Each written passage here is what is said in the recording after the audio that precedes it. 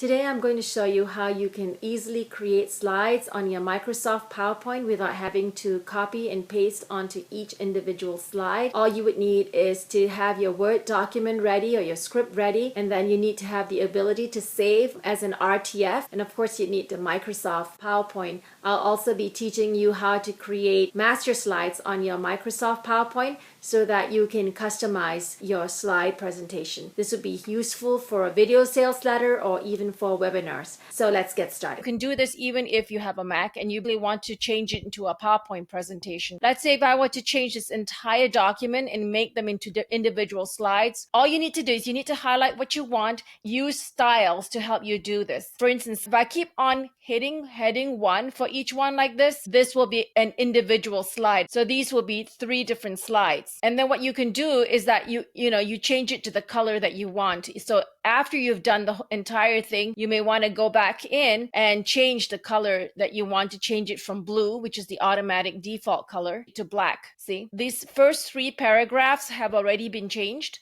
And so what I'm going to do is I'm going to do the rest. I'm going to show you another quick tip. Say I want this to be heading 1, but then for this to be in bullet points. So I just put on heading 2. When I transfer it onto a slide, it'll come out as bullet points for these sentences here. The other thing I wanted to also let you know is I can change the styles from here. So if I right click, you can modify it. You can see here that's why it's in blue, because the main formatting is that it is automatically changes it to blue. So now that I have already formatted this Word doc, one quick note I want to let you know is that you cannot actually import the Word doc into the PowerPoint slide, and you have to save it as a plain text or a .txt. Now we need to import document that we've already prepared with the header 1 and header 2 outlines that we've done. So I wanted to show you, this is the previous set of slides that I did using this method. Now we get back to this PowerPoint presentation page.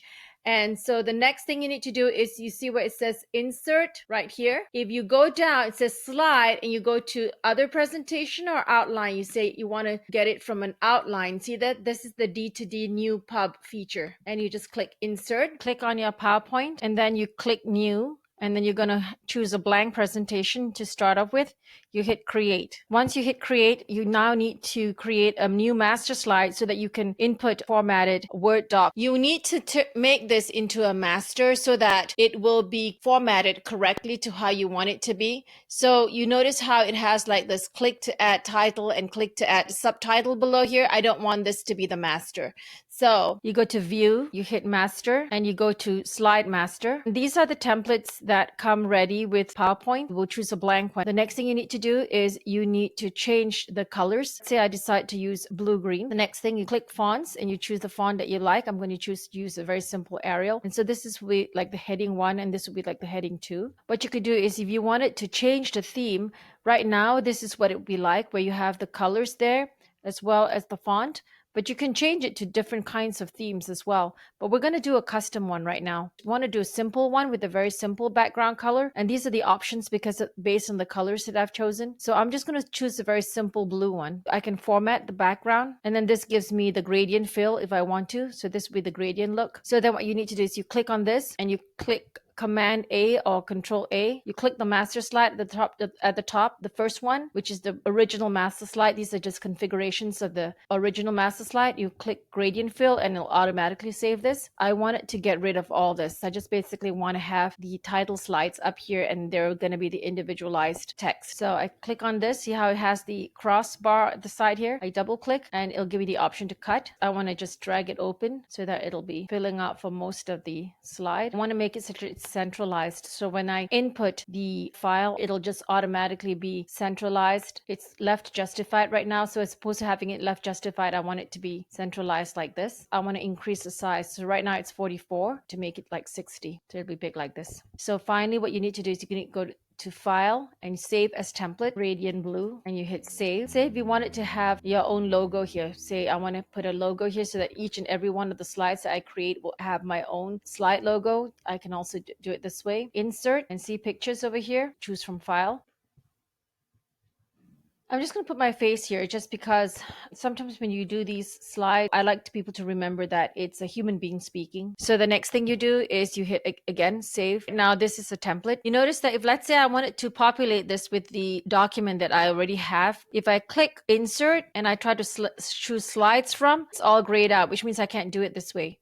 So what you need to do is you need to hit file to open a new presentation. This is the default presentation, the master file. So you just go to insert and you go to outline, and now you can choose this one. And as you can see, it has now populated each and every one of these without me having to do it one by one. But I wanted to show you something. See, if you look at this, you don't want to have to go back to every single one of them and have to delete this. This will take up a lot of time. You go to Command A and this will highlight every single one of them. And then you go to layout and you want to hit blank. So this will give you the blank layout. You still need to change it to the theme that you have already designed. So you click design.